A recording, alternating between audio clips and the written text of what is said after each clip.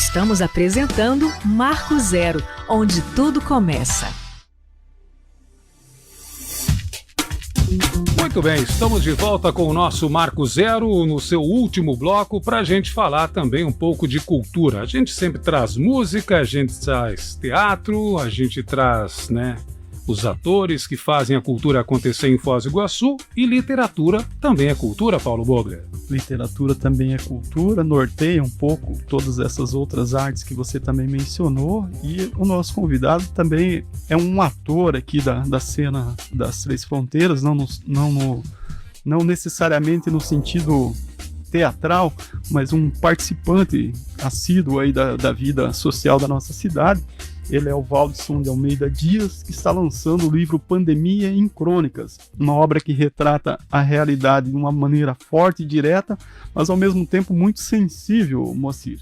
Antes da gente conversar com esse gaúcho colorado, doente, que está aqui em Foz do Iguaçu há mais ou menos uns 20 anos, mais de 18, a gente vai apresentá-lo dizendo que ele é mestre em estudos latino-americanos pela UNILA, onde também faz um mestrando em literatura comparada. Ele tem pós-graduação em políticas públicas e em educação e direitos humanos, diversidades e questões étnico-sociais e raciais.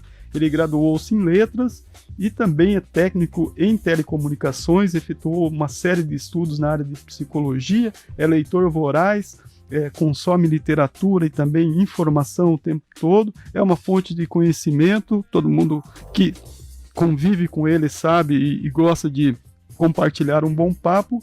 Esse é por cima, assim, a gente vai guardar um pouco aí do seu repertório, da sua trajetória, para ele mesmo colocar aqui na nossa conversa, mas a gente tem muito o prazer de receber aí Valdisson para contar sobre esse livro, sobre o lançamento desse livro, sobre o que o motivou a lançá-lo, o livro, e a escrever sobre esse tema espinhoso, duro, mas também que precisa ser apresentado para o debate público, que é a pandemia.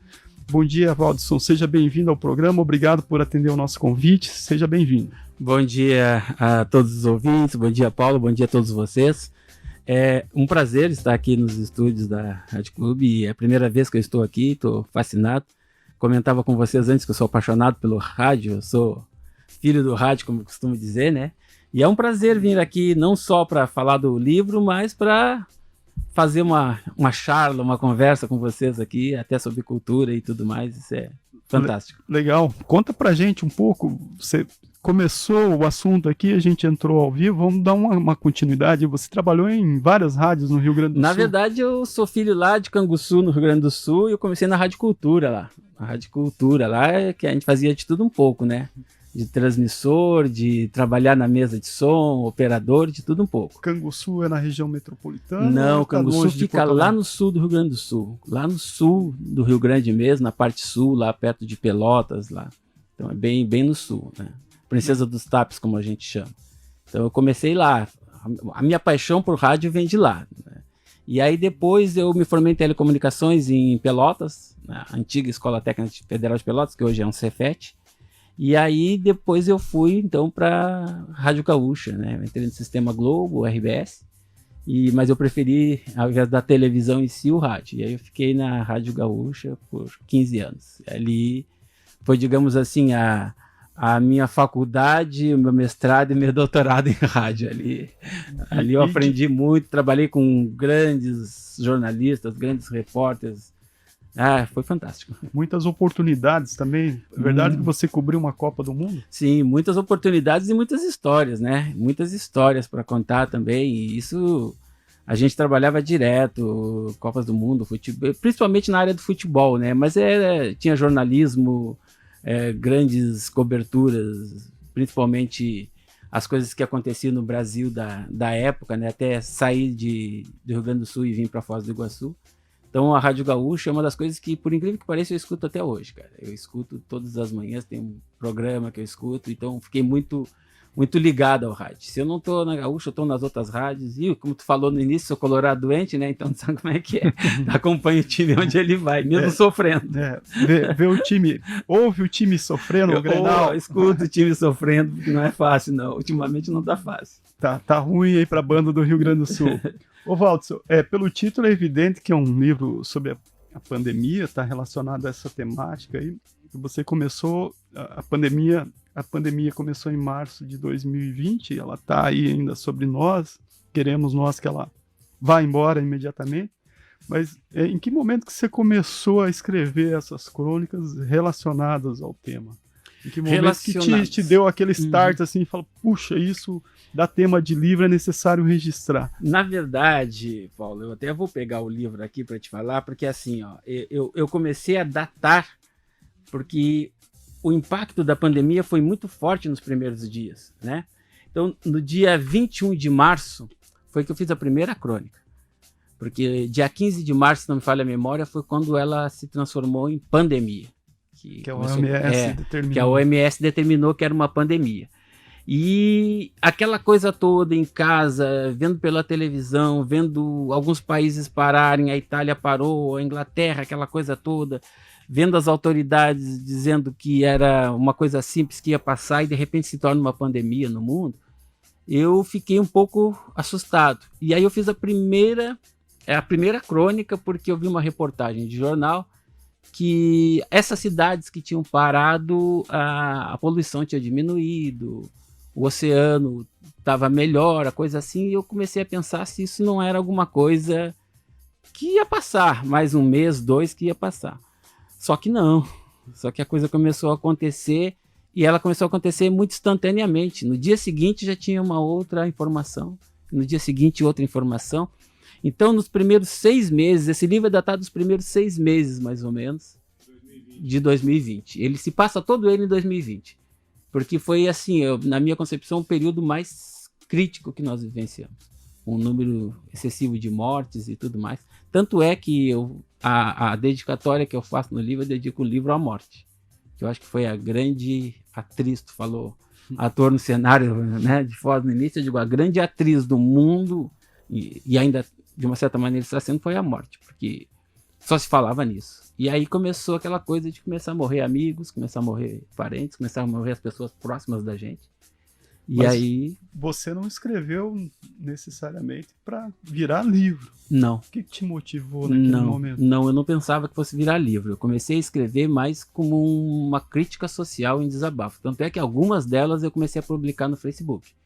Sabe? Era uma crítica do que estava acontecendo mesmo. Então, quando eu, por exemplo, quando eu vi o Papa lá sozinho rezando uma missa sem ninguém, eu digo, isso aí é uma coisa antológica, isso é uma coisa que faz pensar. Isso não é só para a gente olhar e dizer, coitado, tá sozinho. Não, isso é para a gente repensar a nossa própria existência. E aí eu comecei a fazer uma crítica social, porque de uma certa maneira eu sou um crítico social também, né? E não só político social, como eu costumo dizer. E aí eu comecei a colocar isso como uma crítica mesmo e até como uma maneira de desabafar o que eu estava sentindo. Porque era muito cruel o que estava diante da gente e tudo mais. Quantas crônicas tem esse 32. belíssimo livro aqui, Pandemia em Crônicas? 32 crônicas. 32 crônicas e elas versam ali de tudo um pouco. Claro, a temática é a pandemia, o pano de fundo é a pandemia, mas elas contam não somente o que está acontecendo no Brasil, mas contam o que está acontecendo no mundo e comigo mesmo, né? E comigo mesmo. Tem uma crônica que eu falo aí que depois de alguns dias já em casa, trabalhando de casa, em home office e tudo, eu voltei a trabalhar presencialmente. E ao voltar a trabalhar presencialmente, eu passava pela rua e não via ninguém. De máscara e não via ninguém. As poucas pessoas que eu via na rua eu não conhecia, porque estavam de máscara. E ao chegar no meu trabalho, um colega me cumprimenta e eu digo, quem é? Quem sabe assim, até tu te entender do que estava se passando, era tudo muito ruim. E aí eu lembrei de coisas do passado também que eu trago, que é um baile de máscara que eu participei, que era uma festa, né? Um baile de carnaval, um desfile de carnaval, lá na cidade de Pelotas, que a gente fez numa escola de samba que tinha lá, que todo mundo desfilou de máscara, a homenageada era a máscara, e de repente a gente estava usando a máscara como uma proteção de vida. Então ela trata de temas políticos, eu não vou negar, trata de temas políticos bem fortes aí até, de uma certa maneira eu não poupo palavras para descrever a ação políticas de vários políticos, não só do Brasil, mas do mundo, que negligenciaram a pandemia, né? Chamaram de uma gripezinha ou alguma coisa no sentido, e enquanto isso pessoas estavam morrendo. E vi pessoas, presenciei amigos morrerem, amigos muito queridos e tudo mais. Você fala da necropolítica e de uma ignorância letal, entre aspas. De que ignorância que você fala nisso? É só a ignorância das autoridades? Ou a nossa ignorância de cada dia também está presente nessa sua crítica? Sabe que eu sou como tu falou, um leitor voraz. E eu comecei a ler essa semana um livro da Carola Hackett, que é aquela capitã de navio que salvou os náufragos lá que estavam fugindo da Síria e foi impedida de entrar na Itália, e ela assim mesmo tocou o navio por cima de todo mundo e salvou a vida de todo mundo e foi presa por isso. Eu estava lendo a edição brasileira do livro dela e ela dedica o livro a todas as vítimas da obediência civil. E isso me chamou muita atenção, porque essa obediência que nós temos aos líderes, entre aspas, e tem uma crônica que eu falo que não há líderes hoje no Brasil, está faltando lideranças em todas as áreas, em todos os sentidos. Ela fala que a obediência cega que nós temos hoje está nos levando à morte em todos os sentidos. E quando eu falo dessa necropolítica, eu falo que está nos faltando uma inteligência maior de humanidade, de entender o que está se passando não só com a cidade, com o país, mas com o mundo. E isso vitimou mais de 6 milhões de pessoas já vítimas da Covid. Mas essa obediência que você fala, por exemplo, não é paradoxal, porque a gente foi obrigado a ficar em casa.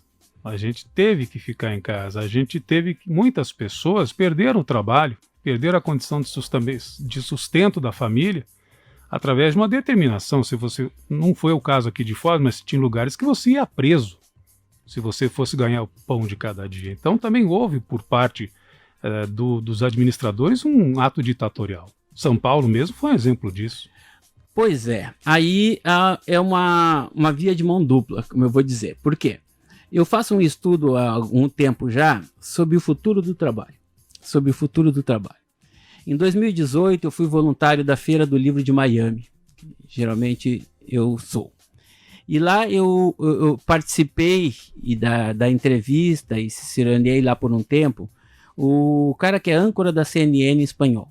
E ele fez um livro, que eu tenho ele em espanhol, que chama-se Salve-se Quem Puder, uma tradução assim, em que ele fez uma pesquisa de 2 anos sobre o futuro do trabalho, e ele foi de empresa por empresa.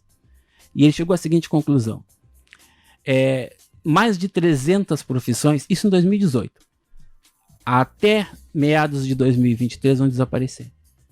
E com ela, postos de trabalho gigantescos. O que aconteceu com a pandemia? Esses mais de 300 que ele fala, mais de 150 desapareceram. O que eu quero dizer com isso? E aí eu vou chegar na tua pergunta. A maneira como nós estamos ensinando hoje nossos alunos, eu também sou professor, e a maneira como nós estamos tratando o trabalho hoje, ela está totalmente errada. A maioria dos trabalhos daqui a pouco vão desaparecer. Eu estive no supermercado esses tempos e uma operadora de caixa estava conversando com uma senhora ali, a senhora elogiando o trabalho dela, e ela disse para mim: olha, se depender dos meus patrões, eu vou trabalhar aqui para sempre, porque eu amo isso. Disse para ela: o teu para sempre vai ser daqui a 2 anos. E ela disse: mas você está me rogando praga? Eu digo: não, é que eles vão automatizar isso aqui. Tu vai ser supérfluo. Se tu não estudar para uma coisa diferente, isso vai ser supérfluo. Tem universidades e faculdades fazendo cursos hoje que, quando o aluno se formar, no que ele se formou não vai existir mais como trabalho. Eu tive agora no mês de março todo nos Estados Unidos, tem um programa de computador que foi lançado lá, que faz tudo que um advogado faz. E custa $35. Os caras vão lá, acesso e ponto. E como é que vai ser isso?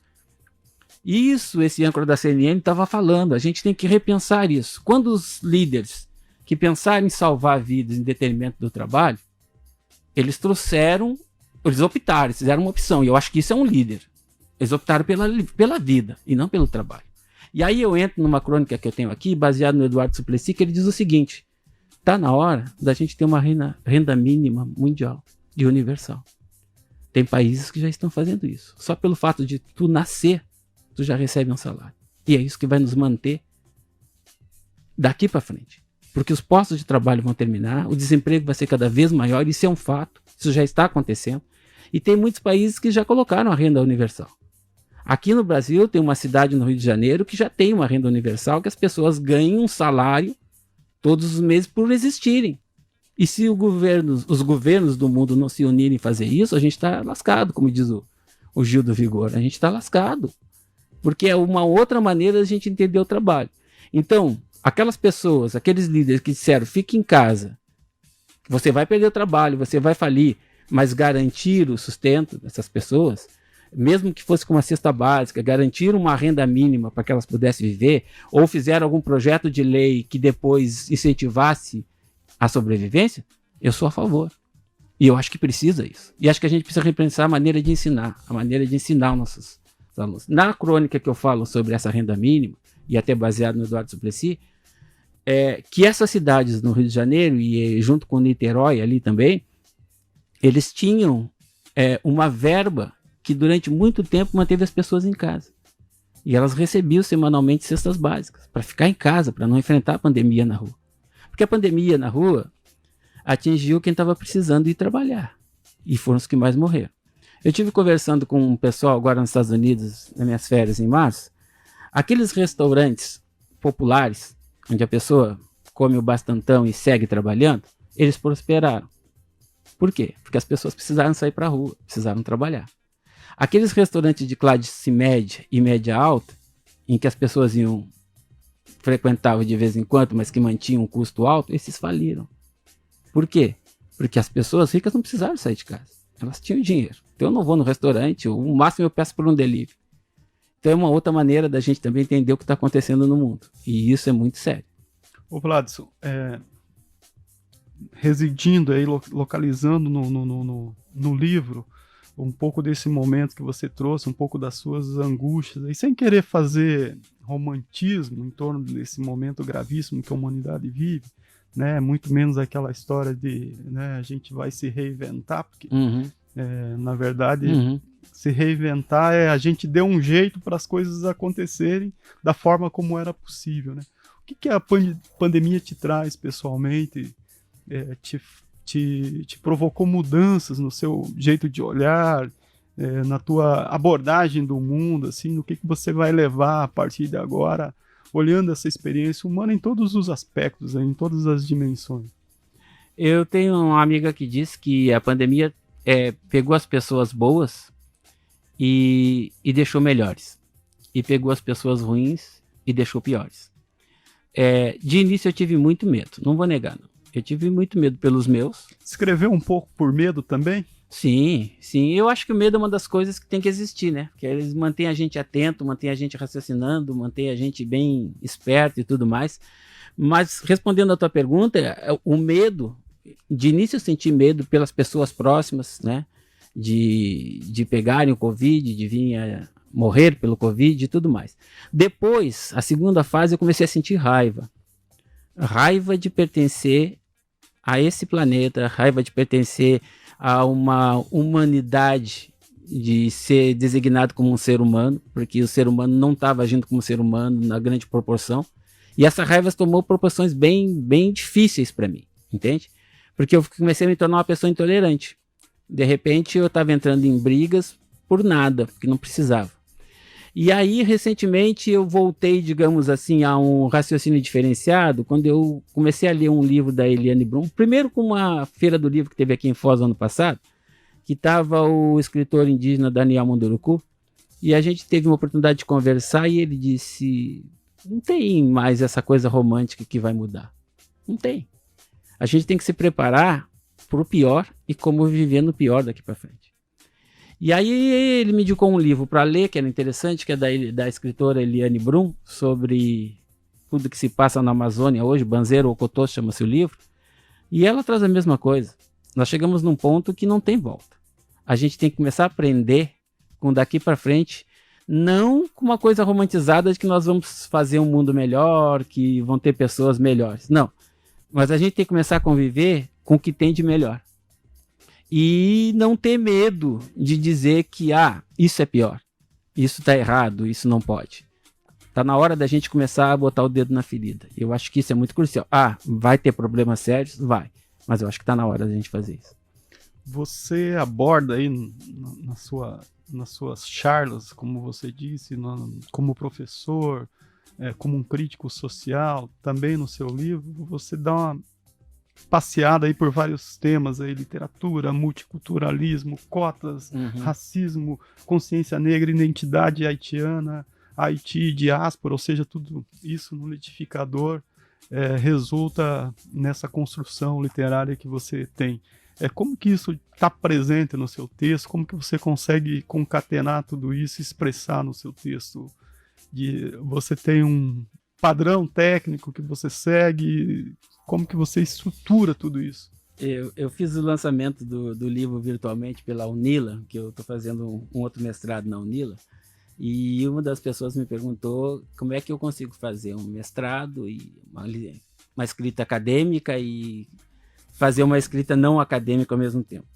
E eu acho que todo o academicismo a gente tem que popularizar, tem que trazer para que as pessoas compreendam. E mesmo a linguagem mais popular, de uma certa maneira, a gente tem que tornar acadêmica também. Então, eu consigo, com uma certa facilidade, transformar um assunto que é bem polêmico, academicamente falando, e cheio de 9 horas para escrever, de uma maneira bem mais popular. Às vezes, você leva um parágrafo inteiro para escrever uma simples frase que você quer mandar a pessoa se catar. Entende? Então, poxa, você fala pomposamente um parágrafo de 5 linhas que você literalmente quer mandar as pessoas se catar. Então, eu mando a pessoa se catar. Entende? Então, ou o fato que está acontecendo. Para mim, sempre foi muito fácil escrever. Eu sempre li muito e sempre escrevi muito, só não publicava. Então, eu tenho alguns livros que eu comecei a escrever que não terminei. Eu acho que agora está na hora de começar a tirar todos eles do papel e começar a colocar em prática. Quando você fala em tornar mais acadêmico aquilo que é popular, seria uma forma de sair do raso, do superficial, Sim. daquilo que está meramente no verniz? Sim, sim. E aí quando você fala, por exemplo, hoje a gente fala, e a gente tem aqui em Foz do Iguaçu uma comunidade haitiana crescente, que veio para cá para estudar. Entende? Donos de uma cultura vastíssima, vastíssima a cultura deles. Só que a cidade ainda não abraçou, porque eles são estudantes lá da Unila, ficam naquela área ali e tal. Mas se você começar a conversar com eles, você vai entender toda uma dinâmica de um país que todo mundo diz assim, é um país pobre. Não, é um país empobrecido. E há uma diferença entre pobre e empobrecido. Um país que foi roubado, um país que foi saqueado, é um país que foi desterrado, digamos assim. Se a gente começar a contar essa história, que é uma história popular, numa linguagem acadêmica, ela é totalmente diferenciada. Você faz uma dissertação, você faz uma tese e tudo mais, entende? Então, isso é interessante, porque mesmo as pessoas cultas, cultas entre aspas, tá? Elas precisam saber que aquelas pessoas lá que não são consideradas cultas têm uma riqueza, como você falou no início, cultural gigantesca. Bem, uma das primeiras independências da América. A primeira independência de país fora da África de origem negra, entende? E tem uma história para contar que é excelente. Legal. Esse é seu primeiro livro de crônicas, você falou, olha, tem um monte de material guardado aí, sempre escrevi muito, mas não publiquei ainda. O que a gente pode esperar das próximas produções bibliográficas aí do Waldson? Falando até em Haiti, eu tenho um livro que está pronto, que é a minha dissertação do primeiro mestrado que eu fiz sobre o Haiti, sobre a diáspora haitiana, principalmente no Brasil. E até ele está em análise pela Biblionila. Se não sair pela Unila, vai sair de qualquer maneira, eu pretendo colocar ele, porque ele fala muito dessa história do Haiti, dessa história do Haiti com o Brasil. E eu tenho já material também de crônicas de viagens, né, das viagens que eu fiz, mas com outro viés. Não é um viés assim, ó, Museu do Louvre é lindo, você tem que ir, a Estátua da Liberdade é bela, você tem que ir, não. É um outro lado, é aquele lado social e cultural das viagens que eu fiz. E histórias que perpassaram nesses lugares, histórias muito interessantes que eu vivi, que aconteceram comigo ou com pessoas próximas de mim, que são todas elas carregadas de o que eu chamo de humanidade. É uma outra maneira de você ir aos locais, de viajar. Por exemplo, o turista que vem a Foz do Iguaçu, que conhece as cataratas do Iguaçu, que conhece o Parque das Aves, que conhece Itaipu, mas que não conhece o conjunto residencial do Bubas lá, ele não viu toda a Foz do Iguaçu. Não sei se você me entende. Por quê? Porque a realidade está no Bubas. As cataratas é maravilhosa. Eu também acho. Meus parentes, quando vêm aqui, eu quero mostrar. Mas tem uma realidade social. Onde é que está isso? Então, quando você viaja, eu viajei recentemente para o México, Todo mundo diz, Cancún é maravilhoso. Mas é um monte de hotéis riquíssimos. E aí uma amiga lá disse, não, tem uma praça assim, assim, assim, assim, que vocês têm que ir, onde está o povo. E ali está a cultura. Então, se a pessoa disser para mim assim, já foi a Cancún? Já. E onde é que é o maravilhoso? É a praça tal, no lugar tal, onde está o povo, onde o povo se reúne à noite, onde o povo come, onde tem pessoas pedindo. Ali você vai ver a cultura da cidade, do país. Não é só os resorts maravilhosos, porque hoje você vai para esses lugares e é só resorts. É só uma parte da sociedade que pode ir. E a outra parte onde é que está? Esse tipo de viagem é que eu gosto de relatar. Esse outro lado que eu gosto de relatar. Recentemente, agora em março, eu estive em Nova York. Eu fui para um local de pesquisa de literatura negra no Harlem, que era totalmente diferenciado. Não é a Nova York da Estátua da Liberdade ou do Empire State ou tudo mais. Só que você não vê nos locais de turismo esses lugares, porque esses lugares não podem ser conhecidos. Quer dizer, os lugares que são varridos para o lado turístico, digamos assim. E é isso que me interessa, esse tipo de viagem que me interessa, uma viagem cultural. Tinha um amigo aqui em Foz do Iguaçu que ele dizia, uma viagem bem preparada, ela equivale a uma biblioteca lida. E é isso que me interessa, uma biblioteca lida. Numa viagem que eu volto e eu posso sentar com você e te contar no mínimo 15, 20 histórias que valeram a pena. Qual história que você poderia contar de Foz do Iguaçu, além do fato dela não ter renda mínima como a cidade do Rio de Janeiro que você falou, e que você contaria caso você não morasse aqui e escrevesse sobre essa cidade, o que te chama a atenção? Claro, são muitas coisas, a cidade é diversa e multifacetada, mas uma que te chama a atenção e que você estaria na sua crônica se você não morasse em Foz do Iguaçu e a visitasse como turista. Olha, eu vou pegar um gancho do meu filho. Meu filho fez um mestrado sobre a importância da Ponte da Amizade para Paraguai e para Brasil. Eu falaria principalmente da ponte, o que ela foi, o que ela representou, o que ela é, o que ela representa e a diversidade que passa naquela ponte dia a dia. Você vê de tudo. Você vê carregadores de muamba, você vê pessoas indo trabalhar do outro lado porque não tem emprego aqui. Você vê pessoas vindo de lá porque lá está mais barato comprar alguma coisa. E quando você chega próximo à ponte e fica analisando o ir e vir das pessoas, as pessoas de manhã apuradas para ir para o trabalho, o semblante das pessoas, ou as pessoas que estão voltando rindo porque compraram um monte de coisa e não são daqui, são os turistas de compra, você começa a ver uma fauna e uma flora de seres humanos que dá várias crônicas para você falar. Então, essa Foz do Iguaçu me interessa apresentar e sempre que vem alguém de fora da minha família, eu mostro isso. Porque isso é extremamente perspicaz. Agora, tem o lado social que tem que ser falado, né? Eu conversei essa semana ainda com alguns amigos que esse lado social ele tem que ser muito colocado. Nós temos uma hidrelétrica fascinante, que é a Itaipu, uma das maiores do mundo, mas que deixou uma dívida social com a cidade muito grande. Um favelamento na cidade muito grande. Eu acho que Foz do Iguaçu pode caminhar para uma renda mínima. Assim. Eu acho que tem condições para isso, de um bom estudo, de se fazer algumas coisas. E isso tem que ser falado, tem que ser mostrado. Tem que ser não só levar o Marco das Três Fronteiras, na Itaipu, Cataratas e tudo mais, mas mostrar a cidade como ela é. Vamos lá na feirinha, comer um pastel no domingo de manhã e ver as pessoas labutando ali para ganhar o seu sustento, né? Vamos ver o outro lado, o que tem. Vamos na Vila Portes ver aquele povo trabalhando. O pessoal costuma dizer que nós temos 80, 82, 84, já nem sei mais quantas etnias em Foz do Iguaçu vivendo em paz e harmoniosamente. Eu costumo dizer que viver em paz, e paz não é ausência de guerra. Não adianta viver cada um no seu quadrado, cada um no seu bairro e não ter uma interação. Essa interação precisa acontecer. Logo que eu cheguei aqui tinha mais, né? Tinha aquela, acho que era chamada Fenatec, alguma coisa assim, que unia mais as comunidades.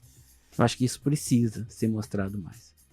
As outras etnias e nacionalidades também são dispersas, assim, tal qual a haitiana que você constatou aí no começo da conversa. Sim, e eu acho que o papel da UNILA veio para subverter essa ordem, para unir isso e colocar cada vez mais. A Unila de início não foi tão aceita pela cidade. E agora está começando esse processo de aceitação. Mas eu acho que tem que começar um processo de conhecimento. O que é ensinado ali é fantástico para essa interação da cidade de fronteira. A riqueza de se viver numa cidade de fronteira não tem dimensão que você aprende.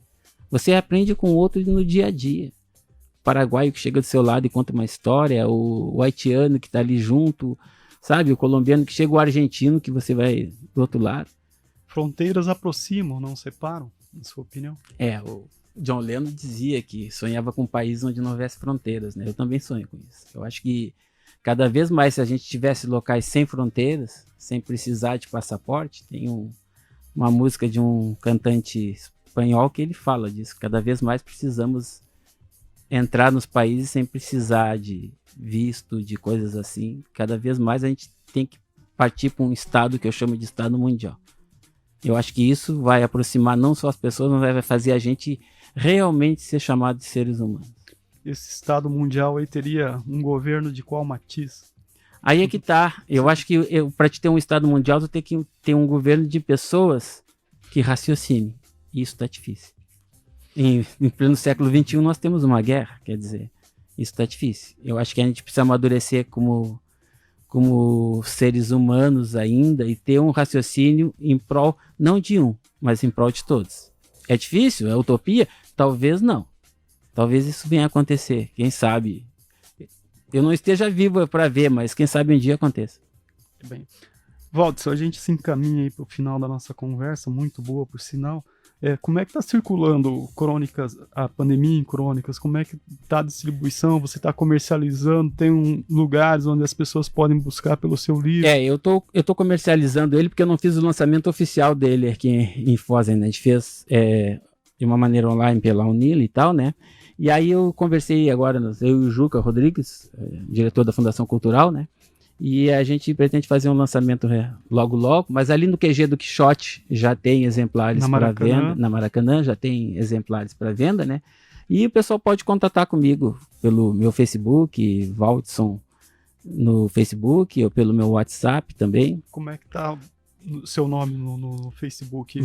Waldson de Almeida Dias. Waldson com W? Isso. Nome completo, Waldson de Almeida Dias, Waldson com W, procura no Facebook, te aciona, tá aí a capa, a gente está mostrando, e pode adquirir o livro lá e futuramente um lançamento presencial aqui em Foz do Iguaçu. E aí depois então aí vai ter as melhores lojas do ramo. Ele já está na Amazon, ele está nas principais lojas virtuais, ele já está, né? A Amazon, todas essas que vendem para compra online, ele está direto. E no próprio site da editora também, que é a Viseu. Isso aí ele já está direto. Legal. Waldson, a gente te parabeniza aí pela tua obra. Vamos ler o livro aqui com muita vontade aqui. Chama muita atenção aí tudo que você nos contou e que a gente já viu também sobre o livro.